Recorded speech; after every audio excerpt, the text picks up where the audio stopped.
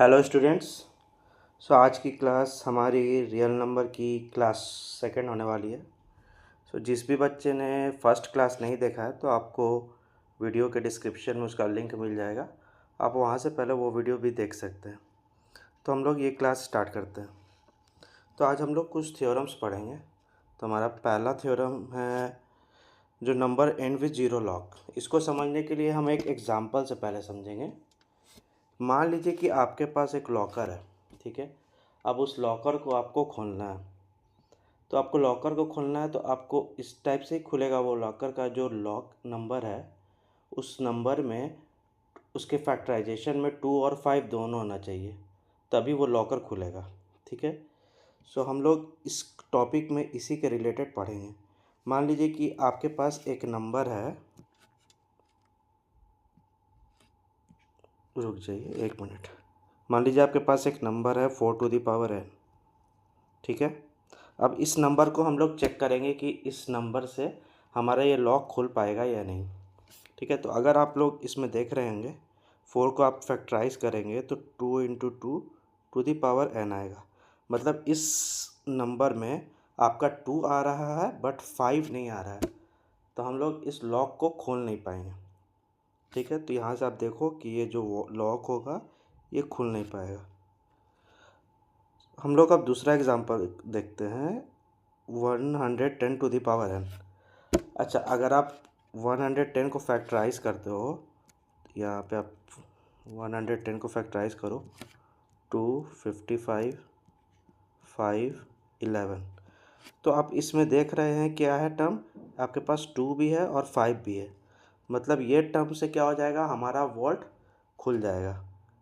तो ये चैप्टर में इस थ्योरम में हमारा यही बताया गया है कि अगर कोई भी नंबर है, अब देखो यहाँ पे कोई भी number x to the power n है, नंबर है, अगर वो ज़ीरो से एंड करता है, उसका प्राइम फैक्टराइजेशन में अगर 2 और 5 आता है तो वो नंबर क्या होगा, एंड करेगा ज़ीरो से। अगर कोई भी नंबर है जिसके प्राइम फैक्टराइजेशन में 2 या 5 आ जाएगा, वो नंबर क्या करेगा, ऑलवेज एंड करेगा ज़ीरो में। तो ये हमारा फर्स्ट थ्योरम है। चलिए हम लोग नेक्स्ट पढ़ते हैं।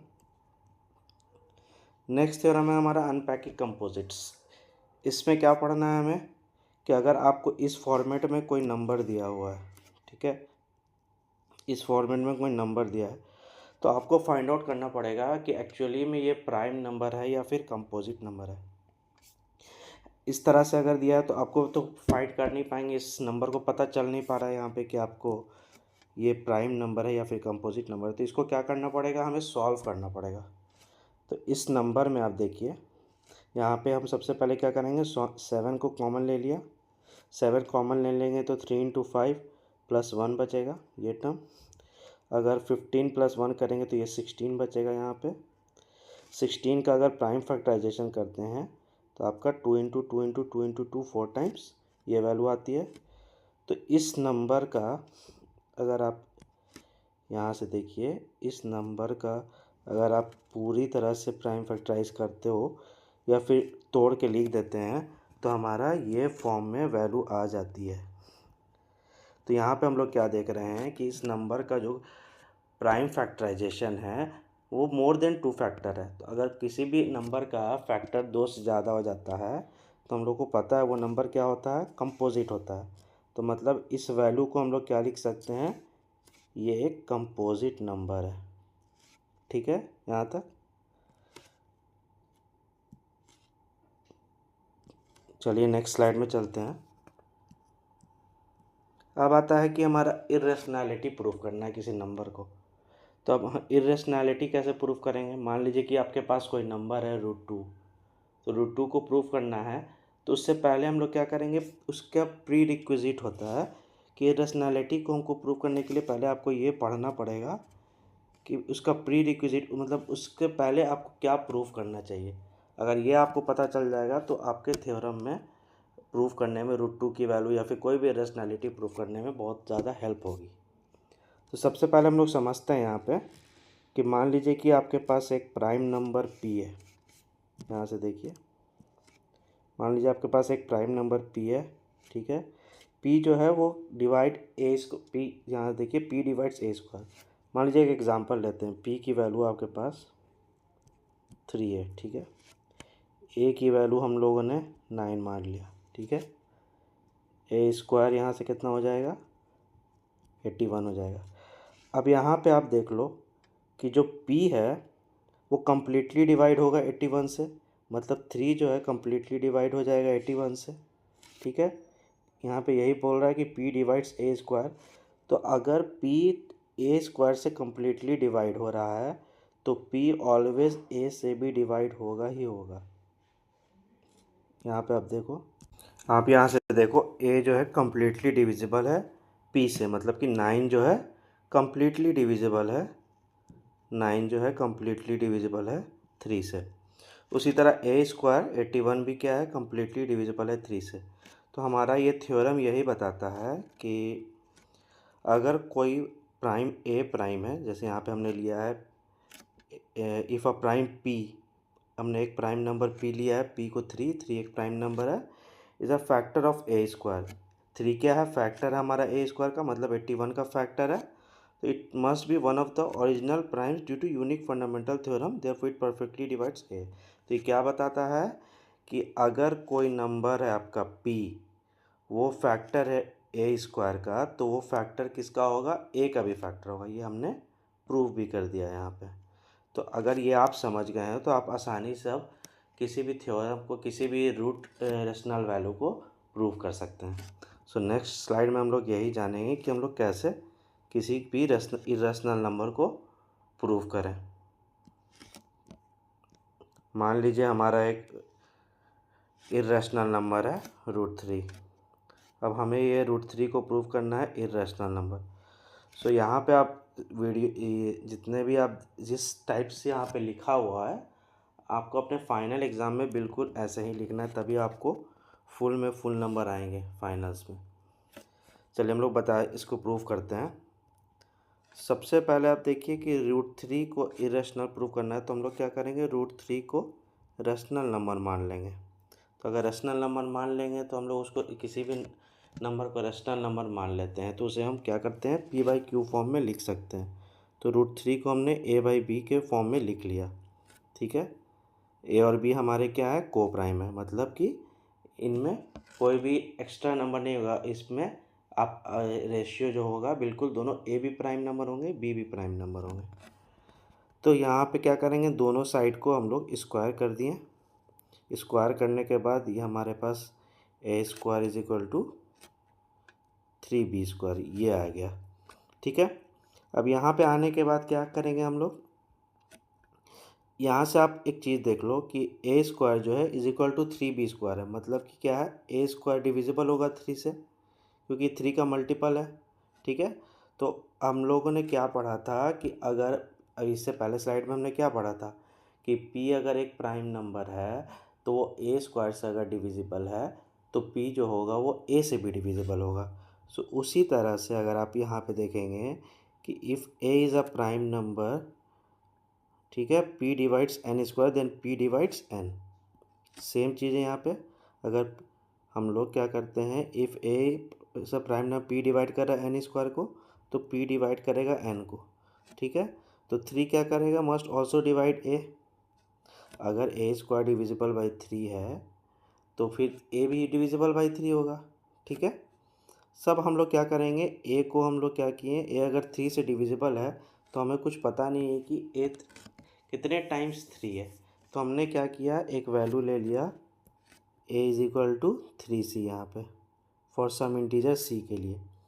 तो a is equal to 3c लिया, तो इस इक्वेशन में a को हम लोग क्या करेंगे, इस वाले इक्वेशन फर्स्ट में, वेट कीजिए, a को इसमें हम लोग पुट करेंगे, सॉरी यहाँ से देखिए, इसको हम लोग इसमें पुट करेंगे, ठीक है। तो जैसे ही पुट करेंगे a को 3c, तो ये वाली इक्वेशन कितनी बन के आ जाएगी, ये बन के आ जाएगी 3c square is equal to 3b square हो जाएगा। हम लोग यहाँ पे स्क्वायर करेंगे तो ये वैल्यू हमारी 3c square is equal to b square आ जाएगी, ठीक है। तो अब क्या बता रहा है कि b square is divisible by 3, मतलब कि b भी क्या होगा, 3 से डिविजिबल होगा अकॉर्डिंग टू थ्योरम। ठीक है। तो अगर देखिए यहाँ पे कि बी स्क्वायर जो डिविजिबल बाई 3 है, तो बी भी क्या है, 3 से डिविजिबल है। तो एक चीज़ हमें पता चल गया इस इक्वेशन में कि ये जो नंबर है ए बाई बी, ये दोनों ही क्या है, 3 से डिविजिबल है। मतलब कि दोनों ही क्या है, एक प्राइम नंबर है, दोनों ही एक रैशनल नंबर है। तो अगर ये हमारा ए बाई बी जो है रैशनल नंबर है, तो यहाँ पे एक मिनट, तो हम लोग को यहाँ से क्या पता चला गया कि बी जो है 3 से डिविजिबल है। यहाँ पे देखिए बी 3 से डिविजिबल, और इसमें यहाँ पे क्या पता चल गया था कि ए भी क्या है, 3 से डिविजिबल है।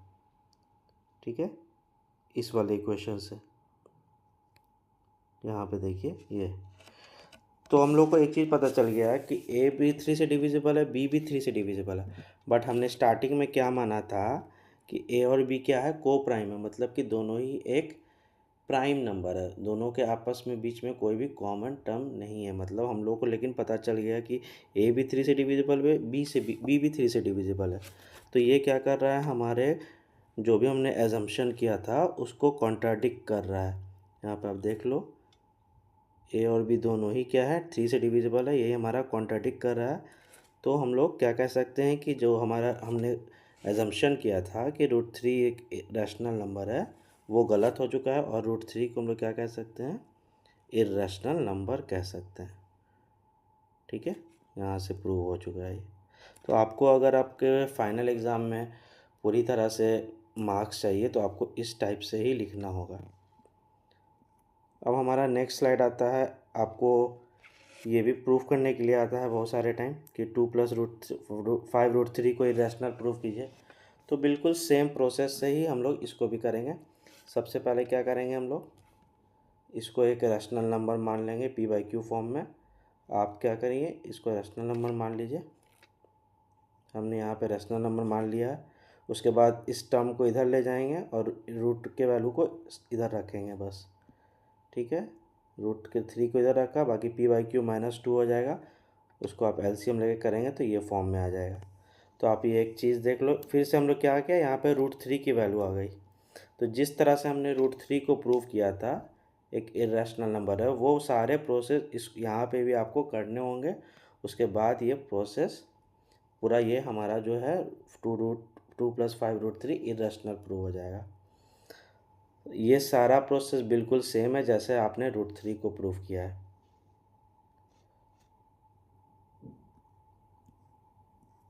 अब आता है हमारा लास्ट ही टॉपिक है ये। इसको ये एक आप मान लीजिए कि ट्रिक है, पूरे रैशनल नंबर का ये एक ट्रिक है, आपको ये ट्रिक याद रखनी है बिल्कुल। जैसे मान लीजिए कि आपके पास क्या है, कोई भी एक रैशनल नंबर है। ठीक है, रैशनल नंबर को आप यहाँ पे ये देखिए रैशनल नंबर है।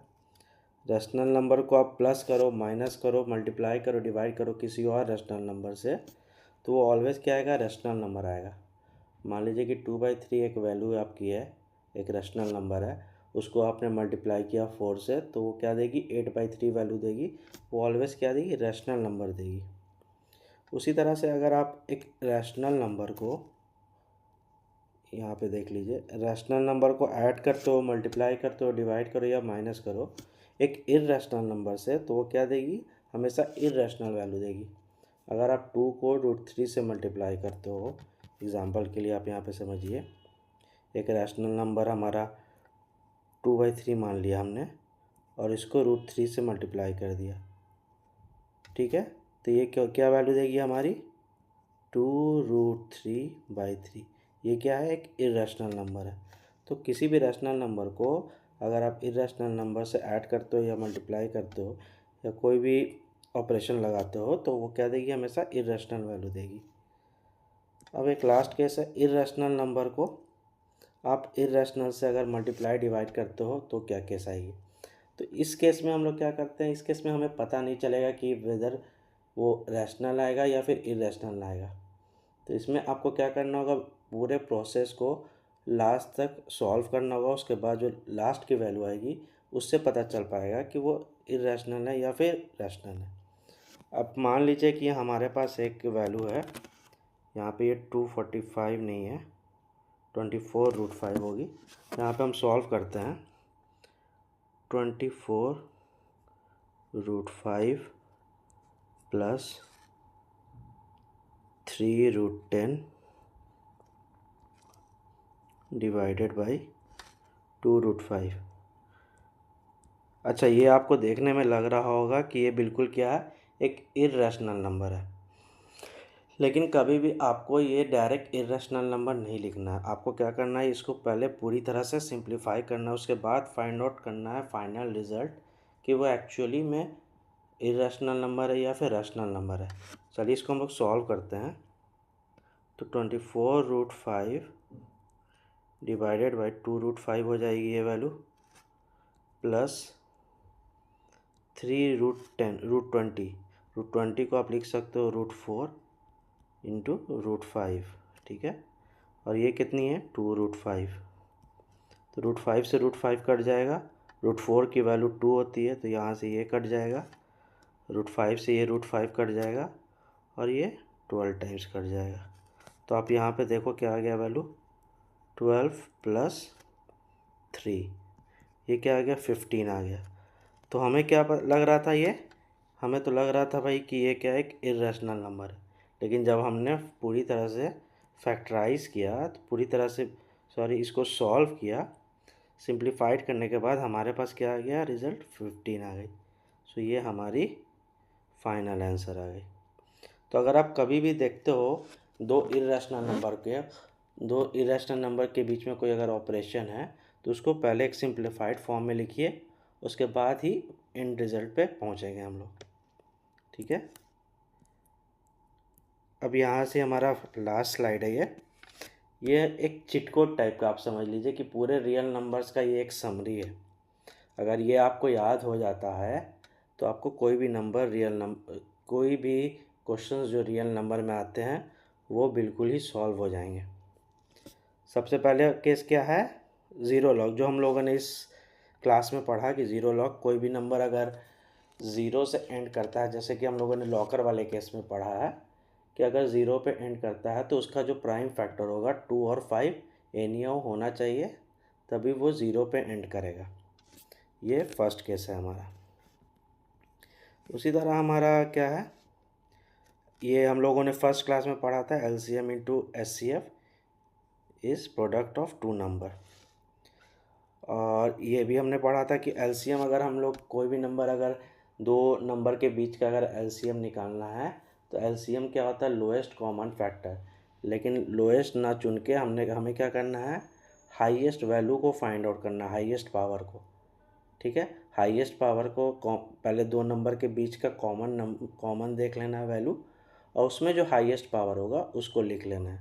उसी तरह SCF में क्या होता है, ये हाईएस्ट कॉमन फैक्टर होता है, लेकिन हम लोगों को क्या करना है, लोएस्ट वैल्यू करना है, मतलब कि दोनों के बीच का कॉमन वैल्यू फाइंड आउट कर लीजिए, उसके बाद फिर आप उसके लोएस्ट पावर को लिख सकते हैं।